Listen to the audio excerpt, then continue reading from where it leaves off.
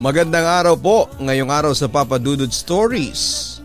Hanggat nabubuhay tayo sa likod ng maskara o pagpapanggap, may hirapan tayong mahanap ang tunay na ibig sabihin ng kaligayahan. Lalo na kapag palagi nating iniisip ang ibang tao at ang mga sasabihin nila. At sa ginagawa nating pagpapanggap ay minsan ay nakakalimutan na natin kung sino ba talaga tayo. Dear Papa Dudut, isang magandang araw sa inyo at sa mga subscribers ninyo sa inyong YouTube channel. Tawagin nyo na lamang po ako sa pangalang Jelay. 28 years old at nagtatrabaho bilang isang senior web developer dito sa Pasig. High school pa lamang ay mahilig na po akong sumali sa mga teatro kung saan ay madalas ako nagpe-perform at umaarte. May ilang talent scout na rin ang lumapit sa amin ni Mama noon upang alokin ako na maging artista dahil artistahin daw talaga ang itsura ko. Ang tawag nga nila sa akin noon ay Rian Ramos ng classroom namin. Pero dahil gusto ni Mama noon na mag-focus muna ako sa pag-aaral, ay hindi niya ako pinayagan na mag-audition para sa mga TV commercials. Pero dahil na-expose na ako sa mga teatro, medyo na-expose din ako sa LGBT community. Nasa third year high school ako nang mapansin ko na parang ang bilis kong magsawa sa mga nagiging boyfriend ko. Binibreak ko na lamang sila ng walang maayos na kadahilanan. Hanggang sa nagsimula nga akong magkagusto sa kapwa ko babae. Sinusubukan kong pigilan ang nararamdaman ko na yon, Papa Dudut. Pero siguro ay tama sila na kapag pinipigilan mo ay mas lalong umaalpas. Kaya mula third year hanggang college ay nagkaroon ako ng mga boyfriend o girlfriend. Napansin naman yon ni Mama at hindi na ako nag-deny pa nang tanungin niya ako tungkol sa gender preference ko. Tinanggap niya ako kaagad kahit na ano pa man ako. Pero bago siya namatay dahil sa sakit niya na lung cancer, sinabi niya sa akin na sana balang araw ay magkaroon pa rin ako ng asawa na lalaki at normal na pamilya. Kaya kahit pakiramdam ko ay mas attracted talaga ako sa mga kapwa ko babae, nangako pa rin ako kay Mama na susundin ko rin ang bilin niya. Mag-aasawa ako, magkakaanak at bubuo ng isang pamilya. Kaya nang makatapos ako ng pag-aaral at magkaroon ng trabaho ay sinubukan ko na mag-focus ulit sa pakikipag-date sa mga lalaki. At isa nga sa nakadate ko noon ay si David. Hindi kami magkatrabaho pero nasa isang building lang ang opisina namin. At doon ay madalas kaming nagkakasabay na mag-lunch dahil sa mga common friends namin. Hanggang may isang beses na niyaya niya ako na mag-dinner na kaming dalawa lang ang magkasama. Thank you sa dinner, David. Grabe, ang ganda rito sa restaurant. First time kong makapunta sa ganito kasosyal na kainan. Amazed na sabi ko. Nasa isang malaki at mamahaling restaurant kami noon. Wala yun pero Jelay, didiretsuhin na kita ha. Wala namang magagalit sa dinner natin na ito, hindi ba? Nakangiting tanong pa ni David. Sino magagalit? Boyfriend ko? Wala ako noon. Natatawang sagot ko sa kanya. Talaga?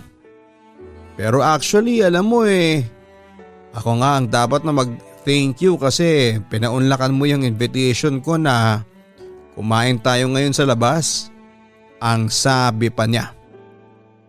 Ang kulit kasi ng kasama natin kanina sa table noong lunch break. Mas tuwang-tuwa pa sila nang marinig nilang na-go na ako dito sa dinner date na to. Natatawang tugon ko. Makulit talaga ang mga yun. Pero kaya ka ba pumayag na mag-dinner kasama ko ngayon kasi nakulitan ka lang sa kanila? Medyo malungkot na tanong niya. Uy, hindi ah. Ang ibig kong sabihin, oo, medyo makulit nga sila pero hindi sila yung dahilan kung bakit sumama ako sa ngayon. Siguro kasi, paano ba ito? Gusto ko lang na mas makilala kita. Seryosong sagot ko naman. Gusto mo rin ako makilala? Bakit naman? Nakangiting tanong niya. Wala lang. Ang pa-mysterious effect mo kasi. Kapag magkasama tayong kumain sa isang lamesa, bibihira kang tumatawa sa mga joke ng mga kaibigan natin. Kaya nagulat talaga ako nang yayain mo ko na mag-dinner tayo. Ang weird mo lang kasi minsan lalo na kapag tumititig ka na sa akin. Tapos bigla mong binabawi yun. Natatawa ang sagot ko. Sorry, ang cute mo kasi talaga eh. Kaya nga natuwa talaga ako na mag-yes ka sa dinner date na ito. Hindi naman talaga ako tahimik na tao. Makulit at madaldal din talaga ako. Natatameme lang talaga ako kapag kaharap na kita. Ewan ko ba? Ganito yata talaga ako katorpe kapag tinamaan ng sobra sa isang babae. Ang wika pa niya. Tinamaan ng sobra? Hindi nga. Baka ang ibig mong sabihin ganyan lang talaga kapag nang titrip ng babae? Sagot ko naman. Uy, hindi ako nang titrip lang ah. Matagal na talaga kitang gustong pormahan kaya lang naunahan lang talaga ako ng katorpehan ko. Actually, the first day pa lang na nakita kita sa kantin, may naramdaman na ako kaagad na parang biglang gusto ko nang lumagay sa tahimik. Kasama ka. First time kong maramdaman yon sa isang babae. Jelay, I like you so much. Pagtatapat pa niya. Alam ko and I like you too, David. Pero sana wag muna nating masyadong mamadaliin ang lahat ha. Gusto ko kasi na mas makilala pa natin ang isa't isa. Nakangiting sagot ko sa kanya. Papadudot mula ng araw na yon ay pinaramdam sa akin ni David kung gaano niya ako kagusto. Tuwing umaga ay sinusundo niya ako sa bahay at sabay kaming pumapasok sa trabaho. Madalas niya rin akong sinasama kapag may get together sila ng mga kaopisina niya. Pumunta na rin sa bahay namin para formal akong ligawan. Alam kong medyo mabilis papadudot pero naramdaman ko na parang hindi ko lang gusto si David noon. Mahal ko na rin siya papadudot. Lalo na at nag-e-effort talaga siya na iparamdam sa akin na seryoso siya sa panliligaw niya. Noong lumalim na ang samahan namin ay doon ko ipinagtapat sa kanya ang tungkol sa pagiging bisexual ko na nakita kong kinagulat niya. Hindi naman kasi halata sa akin na bisexual ako papadudot. Mas madalas kasi akong nagdedress o skirt kesa pantalon. Nagme-makeup din ako at babaeng-babae kong kumilos. Pero sinabi ko kay David na nakaraan ko na yon at gusto ko na ng seryosong relasyon sa isang lalaki. Sumagot naman siya na tanggap niya ako kahit na ano pa man daw ako. Lalo na at mahal na mahal niya raw ako. At pagkatapos nga ng 3 buwan ay sinagot ko na rin siya at naging boyfriend ko na siya papadudot. Yon ang unang beses na naramdaman ko na naging seryoso ako sa isang relasyon kasama ang isang lalaki. Kaya napakarami na kaagad na plano ang nabuo sa isipan ko. Mag-iipon kami ni David, magpapagawa ng bahay, magpapakasal, papadudot at magkakaroon ng mga anak. Mga plano na alam kong gusto rin ni mama para sa akin. Mas lalo ring nag-effort si David para sa relasyon namin kaya mas lalo ko rin siyang minahal. Hanggang sa hindi ko napansin na umabot na pala sa 1 taon ang relasyon naming dalawa. Happy anniversary babe and congratulations to your promotion. Ang bati ni David sa akin mula sa kabilang linya ng cellphone na hawak ko. Thank you babe, miss na kita. Tugon ko naman, nasa bar ako noon kasama ang ibang mga kaopisina ko at nagse-celebrate para sa promotion ko. I miss you too. Sorry talaga na wala ako dyan ngayon para samahan ka na mag-celebrate. Hindi pa kasi magaling si Bunso sa dengue niya. Pero stable na raw, sabi ng doktor, ang wika pa niya. Kasama ko siya dapat na mag-celebrate ng promotion ko pero hindi siya nakatuloy dahil sa pagkakadengue ng nakababata niyang kapatid. Mabuti naman at maayos na siya. Pero okay lang yun, ang mahalaga, pagaling na ang kapatid mo. Pwede naman tayong mag-celebrate bukas ng tayong dalawa lang, ang sabi ko pa sa kanya. Oo babe, pareho naman tayong walang pasok bukas sa trabaho. Magpapareserve na kaagad ako mamaya sa favorite restaurant natin para sa dinner bukas. Hay, kung pwede lang talaga na puntahan kita dyan. Kasi special day natin to, malungkot na wika pa niya. Oh, huwag ka nang malungkot. Wala namang may gusto sa atin na magkasakit ng kapatid mo. Saka hindi naman importante na sa mismong araw ng anniversary tayo magsa-celebrate. Ang mahalaga may ibang araw na para sa ating dalawa. Pagpapagaan ko sa loob niya. Oo nga, tama ka. Hindi ko lang talaga maiwasan ang malungkot kasi 2 bagay yung sineselebrate mo ngayon tapos wala pa ako. Basta babawi talaga ako bukas. Pangako niya. Sabi mo yan ha. Asahan ko na yung bawi na yan bukas. Sige na, babalik na rin ako sa loob kasi baka hinahanap na ako ng mga office mates ko. I love you. Enjoy ka dyan. Paalam ko bago binaba ang tawag. Hi Ma'am Jelay. Bati sa akin ng isang matangkad at pitit na babae. Hi. Ikaw yung bagong web developer sa team na pinakilala ni Rina kanina, tama hindi ba?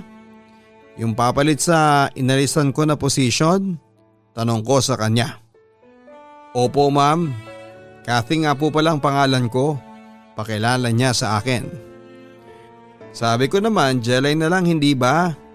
Saka pwede ba na wag mo na akong pinupo kasi parang halos magkasing edad lang naman tayo? Nakangiting sagot ko sa kanya. Okay Jelay, sorry. Medyo nasanay lang talaga ako sa inalisan ko na company. Ang bossy ng mga tenured. At kapag mababa ang posisyon mo, lalo ka nang ida-down sa kwento. Don't worry, hindi ganyan ang ambience sa office natin. Chill lang tayo. Saka para magkakapamilya lang talaga. Ang sabi ko naman sa kanya. Ganyan din ang sabi ni Rina kanina. Kaya nga nai-excite na ako na mag-start na sa Monday. Wika niya na ang tinutukoy ay ang pinaka-close kong kaopisina na si Rina. Bisexual din ito kagaya ko pero madalas na lalaki kung malapit at magayos. Oo nga pala. Ako pa rin ang magme-maintain sa sayo for 5 months. Pero I think kaya mo na yun ng mga 2 or 3 months siguro. Kaya galingan mo ha, ang wika niya. Don't worry, gagalitan ko talaga. Pabibo yata ako sa trabaho. Pero hindi yung tipo na bida-bida na ha. Natatawa ang sagot niya. Bakit naman? Teka. Bakit nga pala lumabas ka kaagad? Hindi ka ba nag-i-enjoy kasama ang mga office mates natin? May pagtatakang tanong ko. Hindi naman sa ganoon, kaya lang medyo naiilang kasi ako. Medyo semeryoso ang mukha niya sa sagot niya na yon, Papa Dudut. O bakit? Anong meron sa loob para mailang ka? Kung dahil sa malakas silang mang-asar, normal na yon. Natatawa ang sabi ko. Hindi naman ako pikon kaya okay lang sa akin yon. Ano kasi, nandiyan kasi yung girlfriend ng ex-girlfriend ko, si Clarissa. Si Clarissa? Yung kasunod din yung dumating ni Rina? Tanong ko. Medyo nagulat ako sa sinabi niya pero hindi ako masyadong nagpahalata. Yes, siya nga. Tugon pa niya. Girlfriend siya ng ex-girlfriend mo? Muling tanong ko. Oo, girlfriend niya yung naging girlfriend ko for 3 years noon. Pero matagal na naman ako nakapag-move on. Hindi ko lang talaga maiwasang mailang. Pero teka nga, bakit parang gulat na gulat ka, Jelay? Medyo natatawang tanong niya. Sorry na surprise lang ako. Hindi ko lang ini-expect na medyo pabitin na sagot ko. Na hindi pala ako straight? Actually, marami pa rin talagang nagugulat kapag nalalaman nila na bisexual pala ako. Ikaw? Muling tanong niya. Oo, si David. Actually, anniversary nga namin ngayon. Hindi lang siya nakapunta kasi may dengue yung kapatid niya. Sagot ko. I see, so tama nga si Rina. Nagpapaka-straight ka na nga, wika niya. Mukhang naamoy na rin ni Kathy na pareho kami ng kulay ng dugo na nanandalaytay sa aming katawan, Papa Dudut. Iba talaga ang mga bisexual. Mabilis makakilala ng mga kapwa nila. Yun din kasi talaga ang gusto ng parents ko, lalo na si Mama. Bago siya mawala, ang bilin niya sa akin ay mag-asawa ako, kaya nag-promise ako sa kanya na gagawin ko yon pagkukwento ko sa kanya. Sa totoo lang, ang hirap ng ganyang sitwasyon, Papa Dudut. Parang nakatali ka sa isang pangako na kailangang tuparin kahit na anong mangyari. Kaya mapipilitan ka na lang na pumasok sa isang relasyon na alam mong hindi naman para sa'yo. Wika niya. Hindi rin naman masyadong mahirap. Swerte ko lang talaga na nakakita ko ng isang kagaya ni David. Yung tanggap ako kahit na ano pa ako. Sagot pa niya. Alam niya na bisexual ka? Medyo gulat na tanong ko. Oo, pinagtapat ko lahat sa kanya, pati na yung mga nakarelasyon kong babae dati. Hindi ko nga inakala na magwo-workout tong relationship namin. Hanggang sa 1 year na kami. Masayang sagot ko. That's good. At least hindi ba may isang tao pa rin pala na hindi ka na kailangang baguhin pa. Para magawa ka niyang mahalin, nakangiting wika niya. Totoo, kahit minsan pakiramdam ko parang hindi ako nagpapakatotoo kapag kasama ko siya. Hindi kasi alam ng parents at mga kaibigan niya na bisexual ako, kaya kailangang alisin ko lahat ng bahid ng pagiging bisexual ko sa katawan ko kapag kaharap ko na sila. Pero okay lang naman din At least si David tanggap niya ako. Tugon ko pa. Si Kathy ang tipo ng babae, Papa Dudut, na hindi mo aakalain na iba rin pala ang kulay ng dugong nananalaytay sa ugat niya. Malamang ay marami ding lalaki ang manghihinayang dahil sa ganda ng mukha niya at sexy pa ng pangangatawan. Para siyang modelo kapag maglakad at manamit. Matangkad din kasi siya, Papa Dudut. Chinita at mistisa pa. Kaya nga hindi ko alam kung bakit parang natutuwa pa ako nang malaman ko na si Lice din pala siya na kagaya ko. Siguro yun din ang naging dahilan kung bakit mabilis kaming naging malapit sa isa't isa. Bukod sa halos araw-araw at oras-oras na kaming magkasama sa opisina dahil ako ang nagtitrain sa kanya, marami kaming napagkasunduan na mga bagay-bagay. Hindi rin kami nauubusan ng napagkukwentuhan at palagi kaming nakaka-relate sa isa't isa. Napakagaan ng loob ko kay Kathy, Papa Dudut. Para bang kapag kasama ko siya ay pwede kong ilabas yung totoong ako. Hindi ko tuloy maiwasan na maikumpara ang sarili ko kapag si Kathy ang kasama ko sa mga oras na si David naman ang kasama ko. Mas masaya talagang kasama si Kathy dahil walang limitations ang pwede naming pag-usapan. Nagka-boyfriend na rin kasi siya noon kaya naman madalas na tungkol sa babae at lalaki ang pinag-uusapan namin. Tungkol sa mga sarili namin. Palagi tuloy kaming tumatawa sa tuwing magkukwentuhan kaming dalawa at pakiramdam ko at solo namin ang mundo sa tuwing magkakasama kaming dalawa. Papadudod sa maniwala kayo at sa hindi ay pinilit kong iwasan ang mahulog kay Kathy. Kinukumbinsi ko ang sarili ko na straight na ako at hindi na ako nagkakagusto sa kapwa ko babae. Pero sobrang hirap gawin noon lalo na nang maramdaman ko na nagkakagusto na ako kay Kathy. Kahit alam kong mali, hindi dahil sa pareho kaming babae, kung hindi dahil may boyfriend na ako. Babe, sorry. Hindi na ako makakasunod dyan sa bar. Nandito pa rin kasi kami kina Lola. Bukas na raw kami uuwi ng Maynila. Apologetic na sabi ni David habang kinakausap ko siya sa cellphone. Magkikita kami dapat noon pero hindi na naman pala siya makakarating. Sige, okay lang. Uuwi na lang din siguro ako ng maaga. Sagot ko. Sorry talaga ha.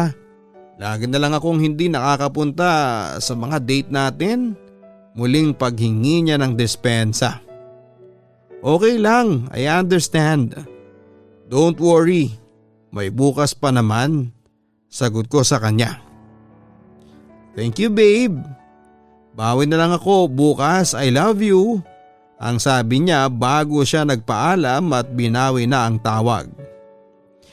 Napapadalas noon ang hindi niya pagsipot sa mga date namin. Nalipat na rin kasi siya ng kumpanya na pinagtatrabahuhan kaya wala na siya sa building namin. Kung hindi family matters, tungkol naman sa trabaho ang dinadala niya sa amin, Papa Dudut. Napabuntong hininga na labang tuloy ako nang mag-decide ako na umuwi na lang, Papa Dudut. Pero bago pa ako makalabas ng bar ay nilingunan ko na ang isang lamesa kung saan ay solong umiinom ng alak si Kathy. Saglit pa akong nagdalawang isip noon bago nag-decide na lapitan siya. Hi Kathy, bati ko sa kanya. O Jella, ikaw pala. Lika, upo ka. Eto, inom tayo. Anyaya niya sa akin. Bakit nagsusolo ka? Saka parang nakakarami ka na ng alak ah. Tanong ko nang makaupo na ako, Papa Dudut.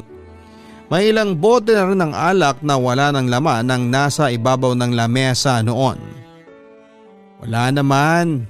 Weekend kasi bukas kaya naisipan kong mag-chill mag-isa. Eh ikaw, wala ka rin kasama? Tanong niya.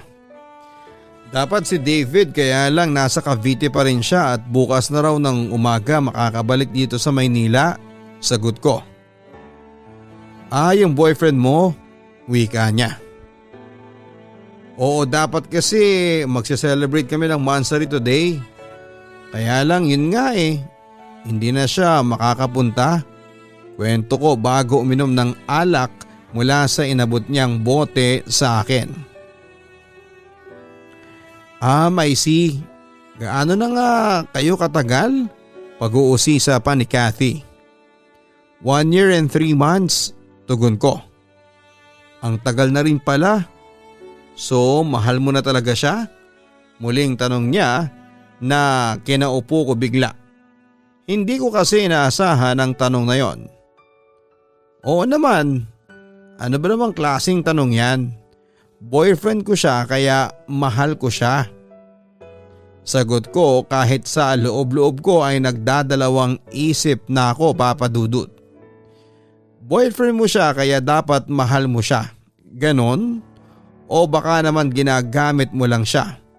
Muling tanong niya. Anong ibig mong sabihin dyan? Pagtataka ko. Wala lang.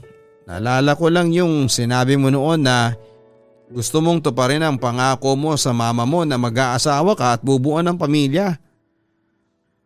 Kaya mo lang ba sinagot si David dahil sa pangako mo sa mama mo? Pag-uusisapan niya. Saan ba pupunta itong usapan na ito? Bakit hindi mo pa ako diretsuhin? Medyo seryoso na ang tanong ko. I like you, Jelay. Diretsang sagot niya. Saglit akong natahimik at bumuntong hininga bago sumagot. Kathy, may boyfriend ako. Wika ko. What if wala kang boyfriend? Aaminin mo ba sa akin na gusto mo rin ako? Tanong niya, Papa Dudut. Siguro ay kailangan ko nang umalis. Napapailing na sagot ko. Hindi, Jelay. Mas kailangan nating mag-usap. Giit pa niya. Pwede ba wala naman tayong dapat pag-usapan? Kaagad na pagtanggi ko. Bakit hindi mo na lang sagutin ang tanong ko? Madali lang naman sabihin kung gusto mo ko o hindi.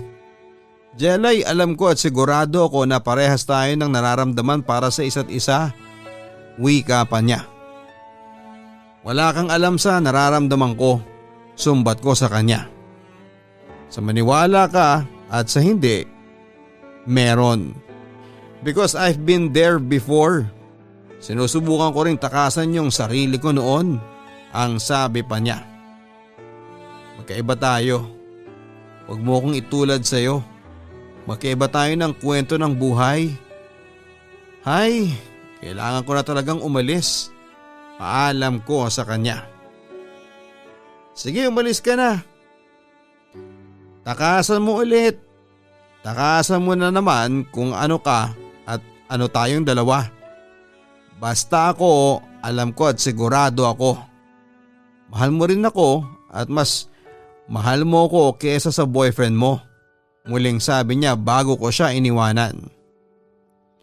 Dahil sa pag-uusap namin yon ni Kathy ay mas lalong nagulo ang nararamdaman ko para kay David. Para bang bigla na lang na hindi ko nakilala ang sarili ko.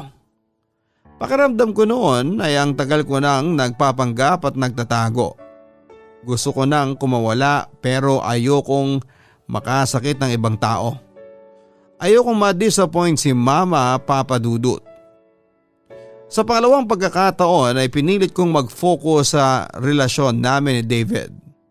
Mahirap lalo na at sa tuwing magkasama kaming dalawa ay parang wala ako sa sarili ko. Babe, okay ka lang ba?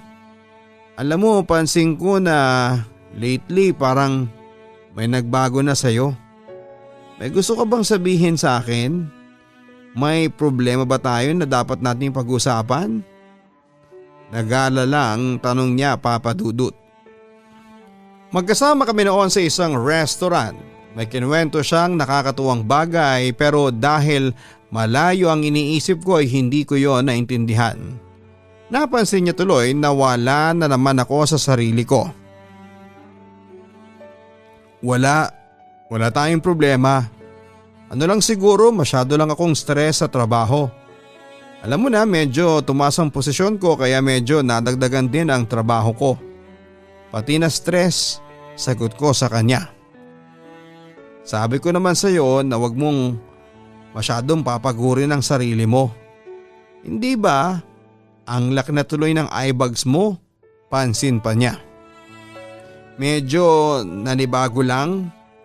Sa umpisa lang naman siguro ito, nakangiting sagot ko. Babe, kung may gusto kang sabihin sa akin ha, sabihin mo lang kaagad. Gusto ko kasi na kung magkakaroon tayo ng problema sa relationship natin, maayos din natin kaagad. Kaya sana'y maging open tayo sa isa't isa, ang wika pa ni David. Oo naman, saka wala naman akong kahit na anong tinatago sa'yo. Alam mo, masyado ka ng seryoso, babe. Wala naman kasi talaga tayong dapat na maging problema. Sorry, stress lang talaga ako at sa trabaho kaya medyo wala ako sa sarili ko. Pagsisinungaling ko pa. I love you, wika niya. Ngumiti ako bago ko inabot ang kamay ng boyfriend ko, Papa Dudut. I love you too, sagot ko. Papa Dudut, sa totoo lang ay nagsisimula na talaga akong maguluhan. Sigurado naman ako na mahal ko si David dahil minsan nakikita ko na ang sarili ko na bumubuo ng pamilya na kasama siya. Mga plano na alam kong gusto rin ni Mama para sa akin. Pero biglang nawala si David sa frame at napalitan ni Kathy. May mga oras na parang mas gusto ko nang kasama si Kathy kesa sa boyfriend ko. Pero ayokong mawala si David sa akin, Papa Dudut. Ayoko masira ang relasyon namin dahil lamang kay Kathy. Kaya sobrang naguluhan ako kung sino ba talaga ang totoong mahal ko. Yung lalaki na handa kong tanggapin sa kahit na sino o ano pa ako? O ang babae na handa kong sabayan ang paglaladlad ng totoong pagkatao ko? Pero sa huli si David pa rin ang pinili ko. Iniwasan ko na lang si Kathy pagkatapos ng pag-uusap na yon. Ipinasa ko kay Rina ang pag-train sa kanya. Ayoko kasing may iba pang makapansin ng pag-iwas na ginagawa ko. Ayoko rin na maapektuhan ang relasyon namin ni David ng dahil sa kanya. Pero sa totoo lang, Papa Dudut, ay sobrang nahihirapan din ako. Nasasaktan ako sa ginagawa kong pag-iwas. Lalo na at nakikita ko ang effort niya na lapitan at kausapin ako. Kaya lang ayokong itolerate ang mali. Alam ko na ang tama at yon ang relasyon namin ni David. Kathy, anong ginagawa mo dito? Kung tungkol sa opisinang pinunta mo dito sa apartment ko, in-endorse ko na lahat kay Rina. Siya ang bahala sa iyo. Ang wika ko nang mapagbuksan ko ng pintuan ng apartment ko si Kathy. Bakit mo ako iniiwasan? Seryosong tanong pa ni Kathy. Ano bang sinasabi mo? Hindi kita iniiwanan. Pagde-deny ko. Talaga? Kaya ba hindi ka lumalabas ng opisina mo kapag pumapasok na ako? Kaya hindi ka na sumasama sa get together ng office mate natin kapag kasama ako? At kaya bigla-bigla mo na lang ipinasa kay Rina ang pagka-train sa akin? Chelay, hanggang kailan mo ba talaga tatakasan ito? Sunod-sunod na tanong niya. Wala akong tinatakasan. Seryosong sagot ko. Pero hanggang kailan mo ba i-deny na gusto mo rin ako? Na kaya mo ako iniiwasan kasi naguguluhan ka na sa nararamdaman mo para sa akin? Wika niya. Hindi ako naguluhan sa nararamdaman ko. Mahal ko si David. Kaya please lang, huwag ka nang manggulo sa relasyon naming dalawa. Pakiusap ko pa sa kanya. Talaga, sigurado ka? Mahal mo ang boyfriend mo kahit gawin ko ito sa iyo? Pagbabanta niya kasunod ang paghalik niya sa akin. Alam ko na dapat ay kagad ko siyang tinulak pero hindi ko yon nagawa. Saglit ako nagparaya at pinaubaya ang labi ko sa kanya. Sobrang sarap sa pakiramdam ang lumaya kahit saglit lang. Kaya lang ay hindi yon pang matagalan dahil naitula ko na rin siya palayo sa akin nang bigla kong maalala ang relasyon namin ni David. Pwede ba tama na? Tigilan mo na ako. pagtataboy ko sa kanya. Hindi ka ba nahihirapan sa ginagawa mo sa sarili mo? Bakit kasi hindi mo pa aminin na mahal mo na rin ako? Tanong niya. Dahil wala rin namang mangyayari kahit aminin ko pa. Kathy, may boyfriend na ako at siya ang mahal ko. Sagot ko. Pero bakit hindi mo kagad ako tinulak nung hinalikan kita? Kasi nga naguguluhan ka, hindi ba? At dahil deep inside you, alam mo na may nararamdaman ka talaga para sa akin. Giit pa niya. Umalis ka na please. Ayoko magkaabutan kayo ni David dito. Huwag mo na kaming guluhin. Tumigil ka na, Kathy. Pakiusap ko sa kanya. Tumigil saan?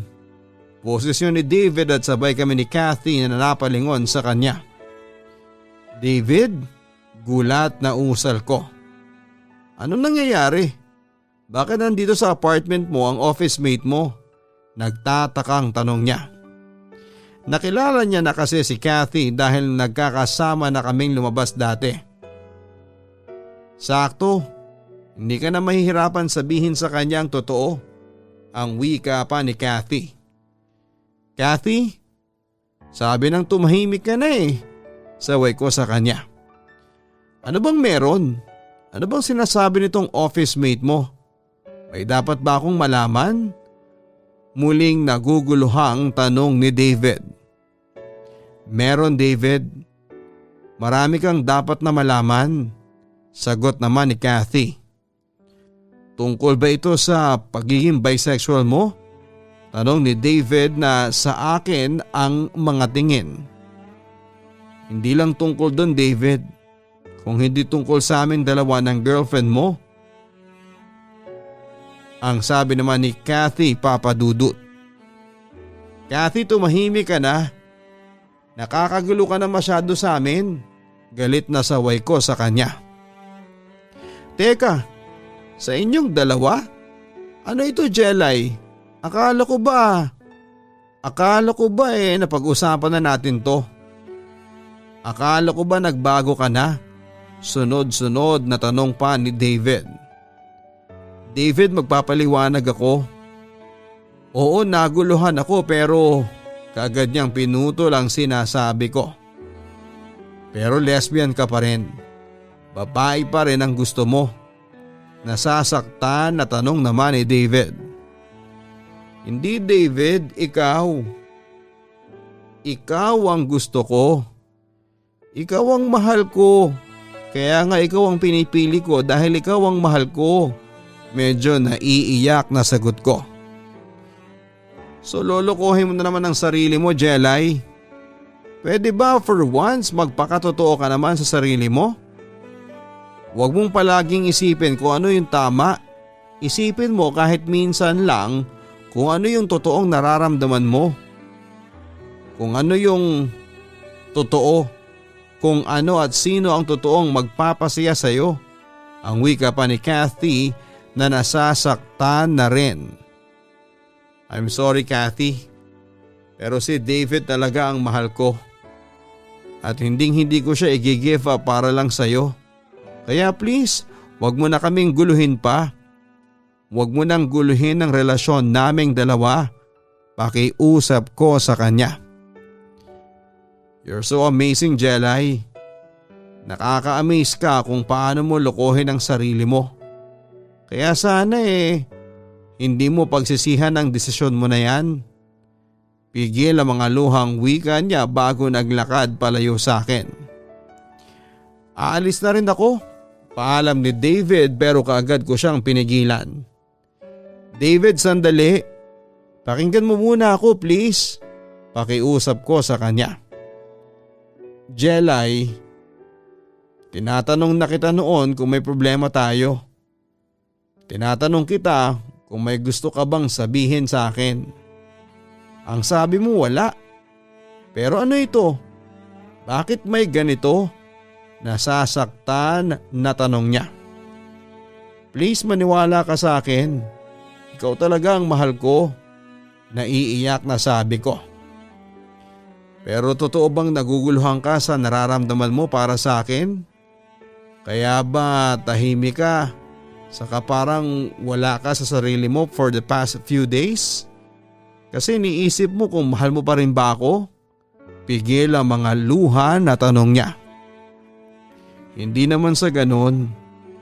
Oo, naguguluhan ako noong una pero ngayon sigurado na ako sa sarili ko at nararamdaman ko na ikaw ang mahal ko. I'm sorry kung hindi ko kaagad sinabi sa iyo ang tungkol kay Kathy. Pero hindi kita niloko. Hindi ko magagawa yun sa iyo. Mahal na mahal kita. Kaya bakit kita lolokohin? Ginawa ko lahat para iwasan si Kathy. Dahil ayokong magulo at masira ang relasyon nating dalawa nang dahil sa kanya, paliwanag ko sa kanya. Minamahal mo ba siya? Tanong ni David. Hindi kaagad ako nakasagot, Papa Dudut, dahil ayoko na sanang magsinungaling pa. Sumagot ka. Sagutin mo ang tanong ko. Jelay, minahal mo ba ang babaeng yon? Muling tanong niya. Hindi ko alam. Naiiyak na sagot ko. Mahal mo pa rin ba ako? Gusto mo pa rin ba na ituloy natin to? Pigil ang mga luha na muling tanong niya. Oo naman. Kaya ikaw ang pinili ko. Dahil ikaw ang mahal ko. Ikaw ang gusto kong makasama. I'm sorry kung naglihim ako sa'yo. Kaagad na sagot ko. Sinabi ko naman sa'yo, hindi ba? Kaya kong intindihin lahat. Kaya kong tanggapin kahit na ano ka pa. Basta wala akong magiging kahati sa puso mo. Basta ako lang. Ako lang ang mamahalin mo. Walang ibang lalaki. Walang ibang babae. Naiiyak na sabi pa ni David. Papa Dudut, nagkaayos din kami ni David pagkatapos ng pag-uusap na yon. Inayos ko ang sarili ko pati na ang relasyon naming dalawa. Mas naging open ako sa boyfriend ko, kaya kahit papaano ay gumaan ang pakiramdam ko. Ganon talaga siguro kapag alam mo na wala na kayong tinatago mula sa isa't isa. Kaya kapag magkasama kami ni David ay parang hindi ko na kailangang magpanggap pa. Everything was almost perfect, Papa Dudut. Lalo na at iniwasan na rin ako ni Kathy.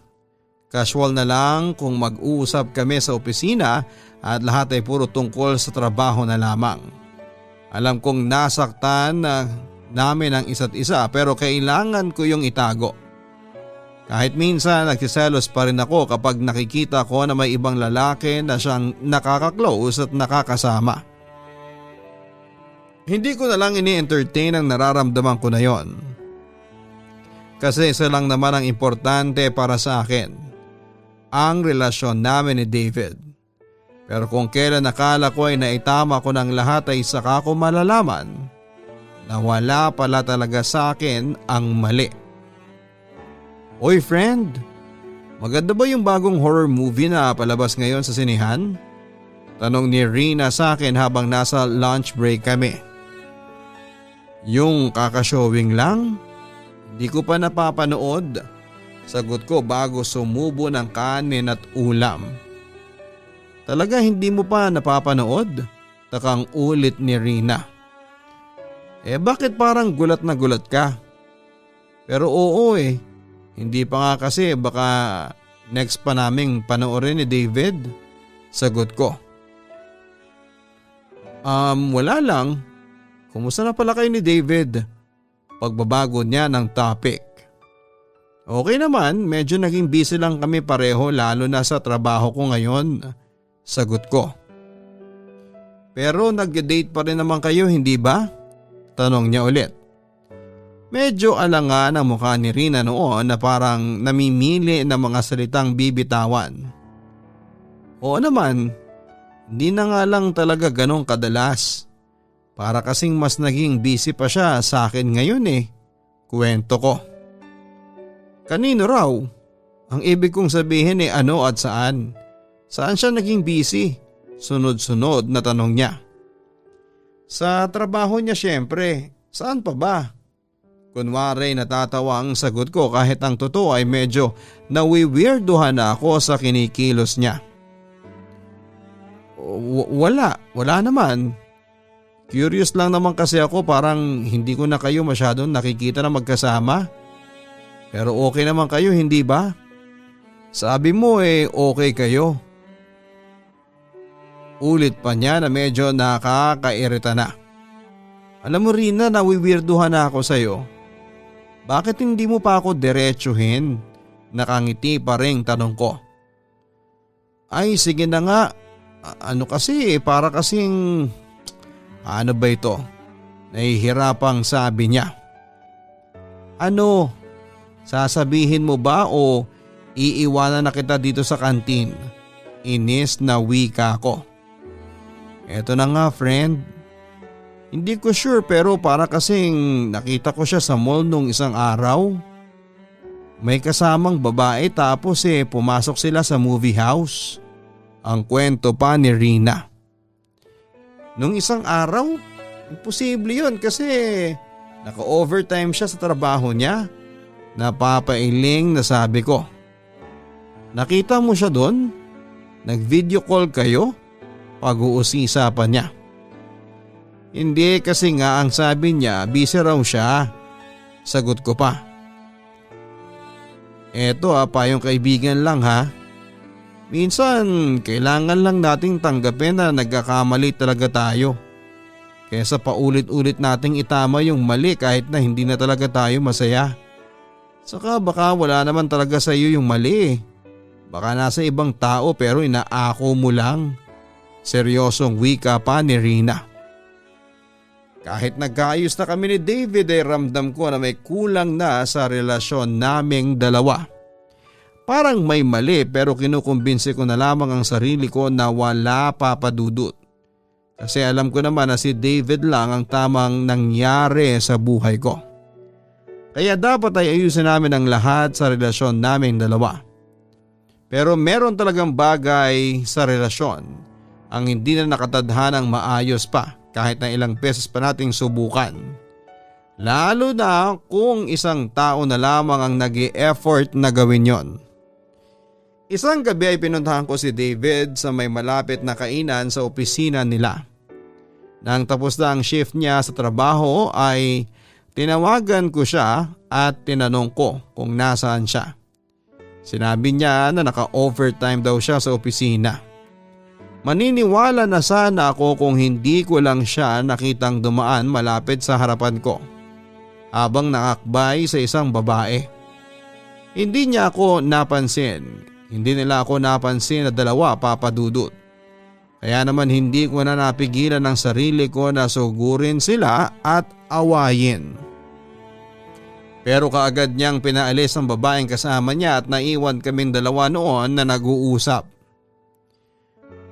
Tinatanong ko siya noon papadudot na bakit niya nagawang lokohin ako. Bakit niya ako sinaktan? Bakit nagkaroon pa siya ng ibang babae kahit na siya naman ang pinili ko? Jelay, I'm sorry pero natukso lang talaga ako. Lalo na nung mga panahon na may problema tayong dalawa, ang sabi pa ni David. Problema na pinilit kong ayusin at akala ko na ayos ko na, naiiyak na sagot ko. Ang totoo, hindi ko lang talaga napigilan na mahulog kay Patty. Kasi siya yung lagi nandyan noong mga araw na hindi kita maramdaman. Siya yung nagparamdam sa akin na sobrang worth it ko. Paliwanag pa niya. Hindi ko ba pinaramdam sa iyo yon? Saka bumawi naman ako eh. David, hindi ba? Itinama ko ang lahat ng pagkakamali ko kasi akala ko yung relasyon natin ang dapat kong ayusin. Pero ano to? You're cheating on me. At sa katrabaho mo pa talaga?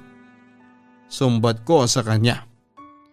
Hindi ko na rin napigilan noon ang mga luha ko na kaagad kong pinunasan bago ako muling nagsalita, Papa Dudut. Saan ba ako nagkulang, David? Nagkulang ba ako sa pagiging straight kapag kaharap ko ang pamilya ko at kaibigan mo? O hindi mo pa rin talaga tanggap kung ano talaga ako? Tanong ko sa kanya. Hindi naman sa ganon, I'm sorry. Hindi ko lang talaga sinasadya. Sagot naman ni David. Hindi mo sinasadya na lokohin ako, David? Akala ko naayos na natin ang lahat. Bakit hindi mo na lang sinabi sa akin na ayaw mo na pala? Naiiyak na tanong ko. Sobrang sakit ng nararamdaman ko noon, lalo na at si David ang pinili kong mahalin. Dahil hindi pa naman ako sigurado. Masaya ako kapag kasama ko si Patty pero ayoko mawala ka sa akin. Tugon pa niya. Kaya pinagsabay mo na lang kaming dalawa. Naguguluhan din naman ako sa nararamdaman ko para sa inyo ni Kathy pero pinili kita. Hindi ko sinasabing dapat piliin mo rin ako pero sana maging fair ka sa amin. Kung sa maharot mong office mate ay okay lang sa kanya yung ganyang setup ng maling relasyon, sa akin hindi at kilala mo ko. Bago pa ako magkamali tinama ko ng lahat. Wika ko pa. Jelay, I'm sorry talaga. Maayos pa naman natin to, hindi ba? Naguluhan lang talaga ako. Pero hindi ibig sabihin na hindi na kita mahal. Jelay, please. Bigyan mo pa ako ng chance na maayos to. Pakiusap niya na sinubukan pa akong yakapin pero kaagad akong bumitaw. I'm sorry din, David. Pero hindi ko na kaya. Ayoko na ng ganitong setup. Tapusin na lang natin to. Sagot ko pa sa kanya. Papa Dudut, sinubukan pa ni David na makipag-ayos sa akin pero tuluyan ko nang tinapos ang relasyon naming dalawa. Hindi dahil sa hindi ko siya mapatawad kung hindi dahil hindi ko matanggap na kung kailan handang-handa na akong kalimutan ang isang bahagi ng pagkatao ko para sa kanya, ay saka ko naman malalaman na isasabay niya lang pala ako sa isang malanding babae. Kung nagawa niyang magkagusto at mahalin ang isang lesbian, bakit hindi niya ako magawang mahalin ng buo? Dahil ba sa natatakot siya na baka mambabae ulit ako? O dahil may hinahanap lang siya na hindi ko talaga kayang ibigay? Naniniwala kasi ako na hindi tayo pwedeng magmahal ng sabay sa dalawang tao. Laging may dahilan kung bakit nagagawa nating magloko at siguro nga ay may pagkukulang lang talaga ako. Nararamdaman niya na hindi ako ang kukumpleto sa kanya. Mabilis na kumalat sa office ang breakup namin ni David dahil kilala din naman siya ng ibang mga kaopisina ko. Pero kay Rina ko lang sinabi ang totoong dahilan. Ayoko rin namang lumabas na sinisiraan ko ang ex-boyfriend ko at sinasabi ko na lang sa iba na kaya kami nag-break ay dahil wala na kaming time para sa isa't isa. Na it's a mutual decision. Pero sobrang sakit talaga ng pangyayaring yon para sa akin. Yung pinili ko si David na mahalin pero mahuhuli ko lang pala siya na may ibang babae. Sobrang hirap na hirap akong tanggapin yon. Kaya naman pilit ko na lang na itunoon ang oras at atensyon ko sa trabaho ko. Ayan, sa wakas tapos na. Bulong ko nang matapos na ako sa mga report na tinatrabaho ko. Jelay? Boses ni Kathy sa may likuran ko na kaagad kong nilingon. O Kathy, ba't nandito ka pa? Tanong ko. Medyo late na kasi noon at akala ko ako na lang ang empleyado sa loob ng opisina namin. May nakalimutan kasi ako sa pedestal ko eh. Binalikan ko lang. Ikaw, bakit nandito ka pa? Pagbabalik niya ng tanong sa akin. Tinapos ko lang tong presentation para sa client namin next week. Sagot ko. Tinapos mo hanggang 10 oras ng gabi? Saka next week pa pala yan ah. Bakit mo tinatapos ka agad? Muling tanong niya. Bakit naman hindi? Mas okay na yung ganito kesa natatambakan tayo ng trabaho. Sagot ko. Sa bagay, gusto mo bang mag-bar muna bago umuwi? Chill lang since nag-overtime ka na masyado sa office. Anyaya niya sa akin. Hindi na, baka dumiretso na lang ako sa apartment pagkatapos ko dito. Gusto ko na rin magpahinga kaagad. Kaagad na tanggi ko. Sure ka ba? Kahit saglit lang. Actually, nag-text nga si Rina na nandun sila ngayon. Pwede pa tayong sumunod sa kanila. Pangungumbinsi pa niya. Hindi na, uuwi na lang talaga ako. Muling tanggi ko. Jelay? Sorry nga pala sa mga nasabi ko nun ha. Yung tungkol sa naging pag-uusap natin last time. Kung kailangan mo ng kausap, pwede mo naman akong… Wala akong kailangan. Putol ko sa mga sinasabi niya. Wala namang masama kung iiyak ka o magwawala eh. Kahit kailan hindi naman naging kasalanan ng masaktan. Pagpapayo pa niya. Hindi ko kailangan ng opinion mo. Hindi ko kailangan ng kaibigan. Hindi ko pa kailangan ng kausap. Okay lang ako. Seryosong tugon ko pa. Pero hindi mo rin kailangang ipakita sa lahat ng oras na okay ka. Nandito lang ako, nandito pa rin ako.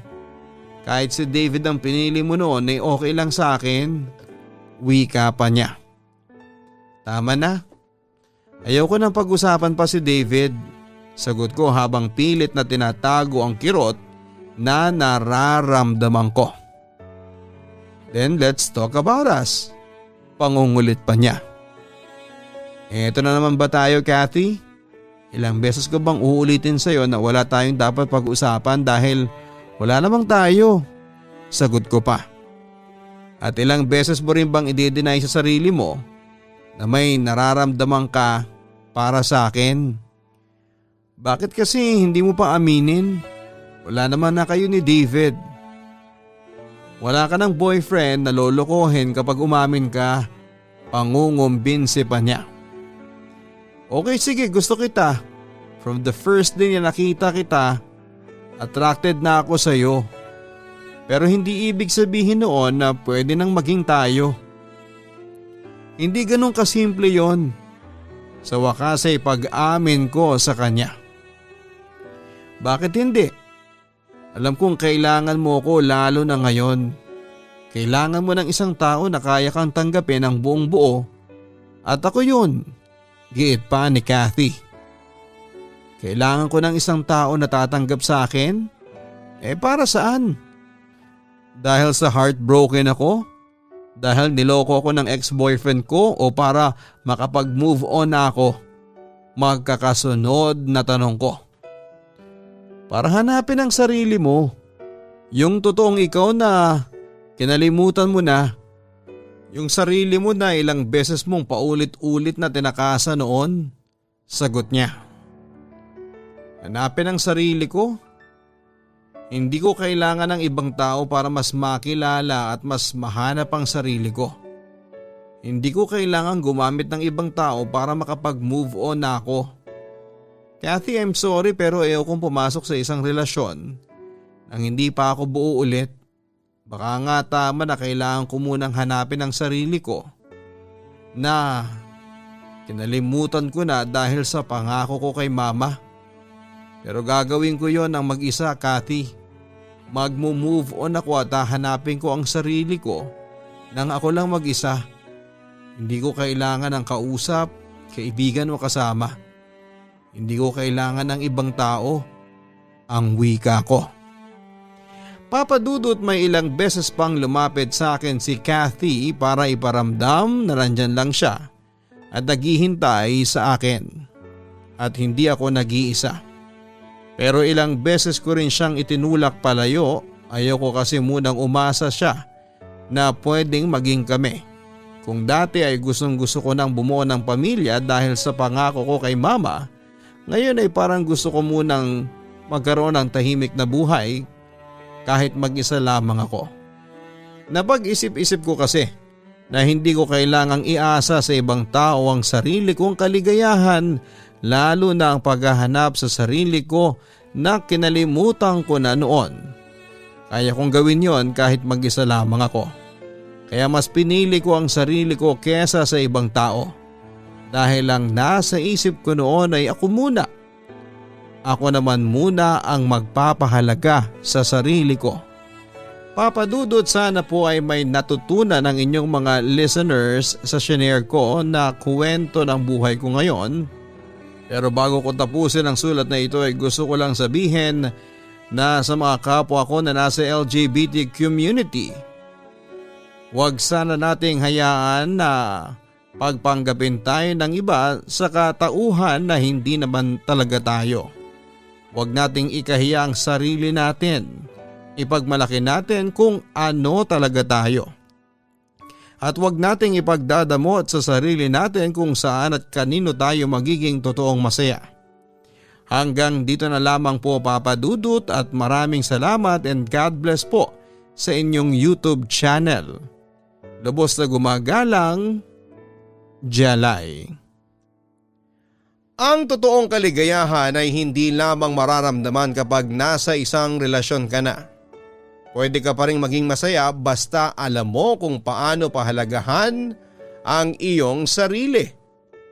Maraming salamat kay Jelay sa pagbabahagi mo ng iyong very inspiring story ng buhay mo. Ramdam ko na maraming ka-online natin ang nakaka-relate sa sulat ng ating sender. Masakit ang nangyari sa iyo pero alam ko naman na masaya ka kasi nagawa mong piliin ang sarili mo. Hindi naman kasi palagi na kailangan na pumasok tayo sa isang relasyon para mapasaya ang ating sarili. Sa naging sitwasyon mo, mas okay na yung pinili mo ang sarili mo para pahalagahan ito. Mga ka-online, palagi tayong may kalayaan na magmahal ng ibang tao. Pero sana huwag nating kakalimutan na mahalin at pahalagahan ang ating mga sarili. I-invite po ninyo ang inyong mga kaibigan na mag-subscribe at pindutin ang notification bell para updated po kayo sa mga bagong post ng inyong Papa Dudut. Maraming salamat po. Ang buhay ay mahiwaga, laging may lungkot at saya. Sa Papa Dudut Stories, laging may karamay ka.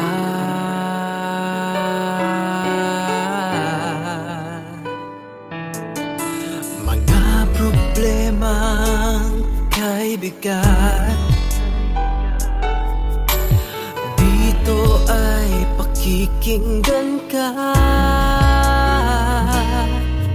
Sa Papa Dudut Stories, kami ay iyong kasama.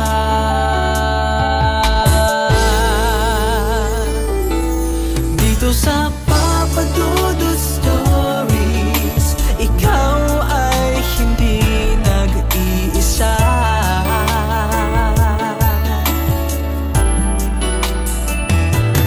Dito sa Papa Dudut Stories, may nagmamahal sa'yo.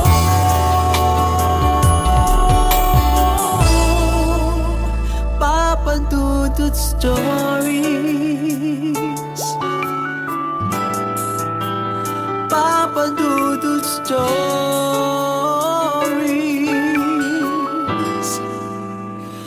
Papa Dudut Stories.